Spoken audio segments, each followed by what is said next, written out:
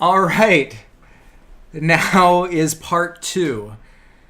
So, James Cameron made some remarks about Wonder Woman. And Oh no! Patty Jenkins had to come out and defend it because she's contractually obligated to. Well, she might have wanted to. She might have willingly, yeah, but at this point, Jared Leto is one of the very... Jared Leto and Megan Fox are the only people I can think of who just, like, don't give a shit and will talk shit about garbage anyway. But most people will actually honor their contracts and promote the movie as best they can. Well, especially directors. Directors are, like, obligated. And, you know, it's one of the reasons why, like, directors don't talk shit about their movie until, like, 20 years. Even what's his name? David Ayer didn't even talk shit about Suicide Squad and tried to pretend like that was still his baby. Yeah. All right, so this article is called Patty Jenkins Calls Out James Cameron's Inability to Understand What Wonder Woman Is. Ooh, exposed. This is written by Charles Pulliam Moore, a man, on IO9. Shouldn't he know better than to give his opinion about what a woman says about her own movie about a woman? Don't you know your place, man?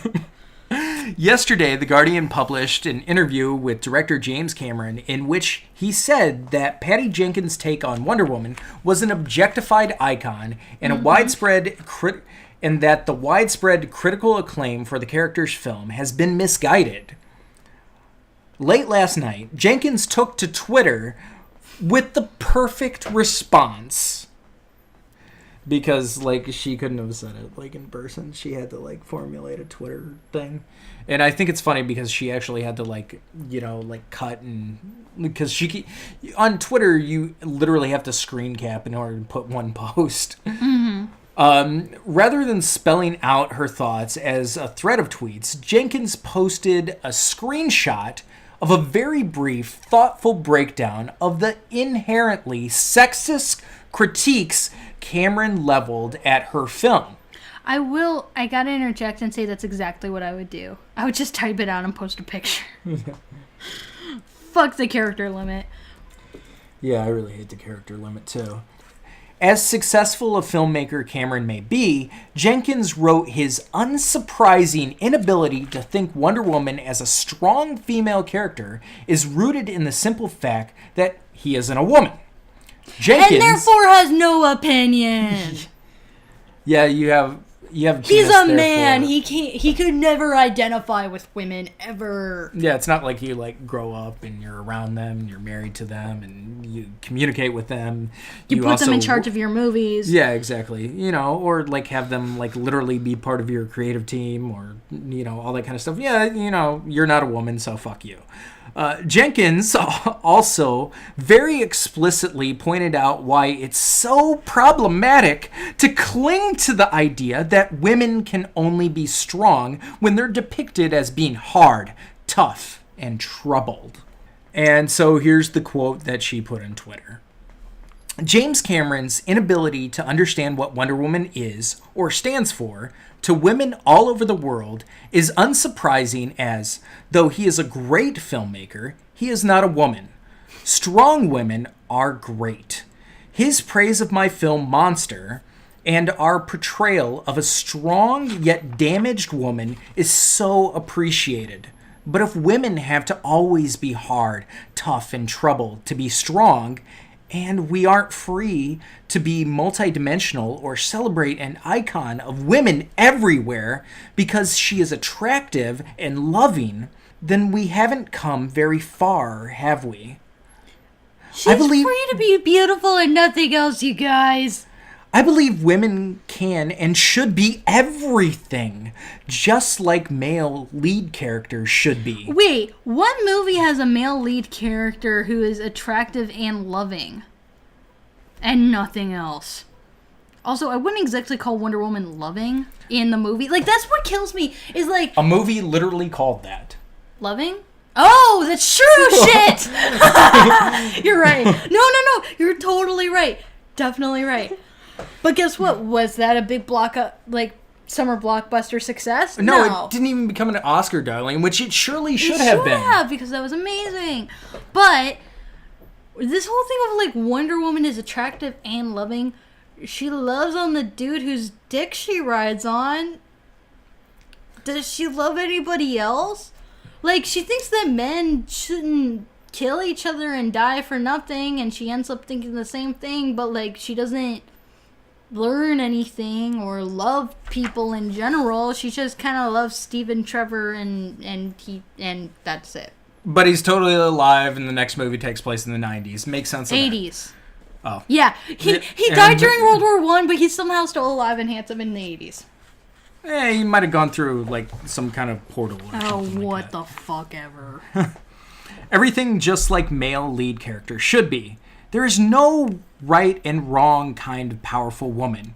And the massive female audience who have made the film a hit it is can surely choose and judge their own icons of progress. Yes, but as a woman and a film viewer and a feminist, I'm going to say she does not fit that ideal of progress. And I'm not alone in that. I'm not saying that people who think differently, oh no, be dissuaded, don't like Wonder Woman. I'm not saying any of these comments to dissuade people who like Wonder Woman from liking Wonder Woman. I should clarify that. If you like Wonder Woman for what it is, that's fine. That's totally A-okay. And I'm not trying to convince you that it's not.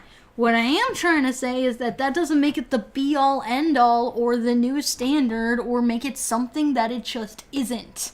In his interview with The Guardian, Cameron reasoned that Wonder Woman was a step backwards, in large part because she was depicted as being both beautiful and strong. No! She was she was beautiful and nothing else! Yeah, exactly. I'm sorry. In large part, Cameron held up Terminator's Sarah Connor, a character of his own creation, as a better example of a strong female character who earned the respect of the audience through pure grit. One of the oddest things about Cameron's comments is his seemingly having forgotten that during the course of her movie, Wonder Woman single-handedly takes down multiple squads of armed soldiers using only her sword and shield before slaying the god of war. Why do they say that like it's a good thing?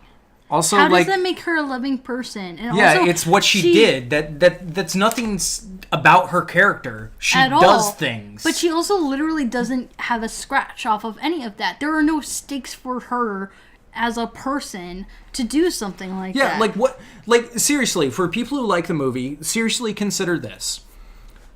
You like the movie, but answer me this. Just this one question. Put it in the comments below. I would love to see it. That will also tell me that you actually listened to this video instead of just putting a comment because you heard the first 5 minutes of it. What are Wonder Woman's stakes? Either as a character, what is her arc, or like when is she in danger? Like in the movie, like seriously in danger. I'm not talking about like the one time that like Ares like wrapped her and like we totally don't have the gauntlet, the bracelet thing anymore with Wonder Woman. That's not canon according to the films. So what is Wonder Woman's weakness in the movie? Emotionally, physically, or otherwise. Yeah, and I'm not going to answer it for you. Seriously, please tell me one of those, what you interpret it to be. Because I seriously would like to hear that, what other people's interpretation of that is.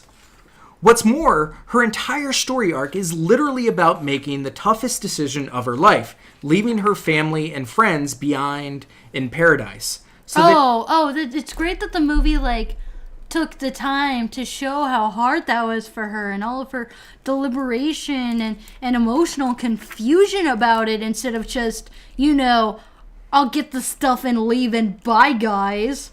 Yeah, you don't even see like a longing. She never for thinks Themyscira. Yeah, she never thinks about it again after she leaves. She tries to leave as soon as she can. She doesn't have any emotional impact with her mother when her mother's like, okay, I give you my blessing and you can go or whatever. And there's no tournament or anything like that, which is like literally part of the fucking canon. Well, that's because Gal Gadot couldn't do it. Yeah. Yeah, which makes me like question like if Cheetah's gonna be in the next movie. How the fuck is that gonna work when like Cheetah is like a physically imposing character? Like how are you gonna show Gal Gadot do that? What I see is you're definitely gonna see the limitations of her acting unless she goes to acting school in the next couple of years. Which, given the fact that she's making a shit ton of money, despite what you're hearing, what? Yeah, I don't think she will because she's making too much money and she's getting all the critical acclaim and Warner Brothers isn't interested in changing her, so why would she try to improve? And I'm not going to harp on this too much, but, like, she's a mom. Like, yeah, I don't think she's going to take the time. Well, more importantly, people like to bitch about, like, she's not making as much money as anyone else. She's making a lot more money than pretty much every single dude did when they were in her position. Yeah, also, like, while she wasn't paid as much initially, the residuals are really what kick in. And she also made almost $1 million on 3 movies where she had like a total collective of maybe 45 minutes of footage that she had to film. Maybe. Yeah, but look at Amy Schumer. She's complaining because she got 11 million. Yeah. That's a totally different thing. Because Gal Gadot isn't complaining about her income. No, a bunch of people isn't. are complaining on her behalf. Yeah, exactly. Totally different thing. So she can save a world that neither understands nor respects her.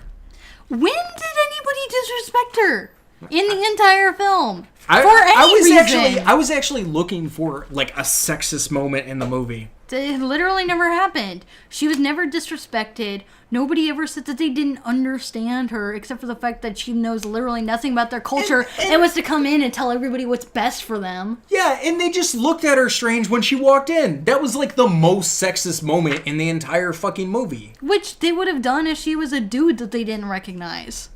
If Captain America did the same thing, it wouldn't have been any different. If that isn't pure grit, then I have no idea what is. Well, it has to be in the movie first.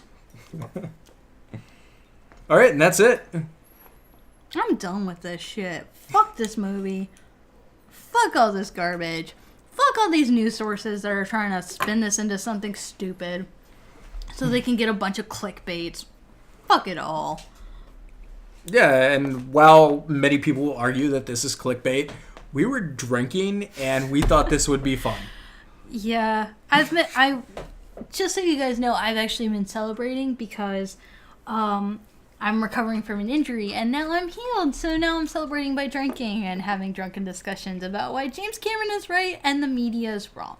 And if you personally, as a viewer, disagree with any of this stuff, I'm not saying you are wrong. If you like Wonder Woman, that's good. That's fine. I don't have a problem with that. I'm not saying you're wrong or you're stupid or anything like that. Form an opinion, come to us, be like General Zod, and have a discussion. We are more than welcome to have discussions with people who disagree with us. I honestly think it makes me love film more to have discussions like that. I love having arguments with people. I do too, for sure. And unlike this, like, not this article, but a bunch of articles, this isn't about people talking shit about viewers or people talking shit about people who put their money into it. That's not what literally any of this is. That's not what James Cameron said. That's not what Patty Jenkins said. That's not what I'm saying. No, really what this is people complaining that a male director talked about a movie directed by a female director, and people want to have issues with that because it's 2017. It's the current year, you guys. It's the current year, and people would rather talk about stuff like this than about how to actually be progressive and move films forward. Because I guarantee you, there's a film that's going to come out in, the next 2-3 years, maybe even the next year, that's going to be so progressive that people are going to fucking forget about Wonder Woman. I agree, but I will say this real quick.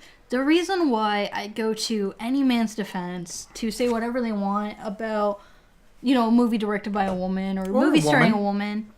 No, I'm talking about men. I'm very specifically talking about men.